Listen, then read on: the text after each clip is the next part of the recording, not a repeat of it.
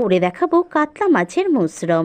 সবার প্রথমে মিক্সিতে পেঁয়াজ, আদা, রসুন, দই, কয়েকটা ঝালের জন্য শুকনো লঙ্কা আর কাজু দিয়ে পেস্ট করে রাখবো। একটা পাত্রের মধ্যে মাছগুলো নিয়ে মিক্সিতে করে রাখা মশলাটা দিয়ে নুন, একটুখানি মিষ্টি আর গোলমরিচের গুঁড়ো দিয়ে ভালো করে মেখে 2 ঘন্টা ফ্রিজে রেখে দেবো।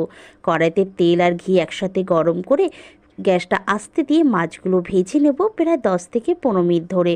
উল্টে পাল্টে ভালো করে ভেজে নেব যেন মাছ ভাজা অবস্থায় সিদ্ধ হয়ে যায়, কারণ আমরা এটা ঝোলে ব্যবহার করব না, সেই কারণেই ধরে ধরে মাছটাকে ভালো করে ভেজে তুলে নিতে হবে।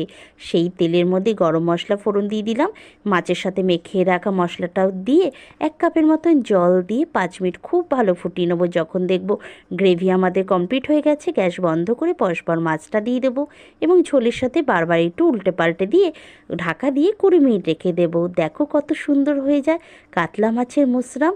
তোমরা কিন্তু অবশ্যই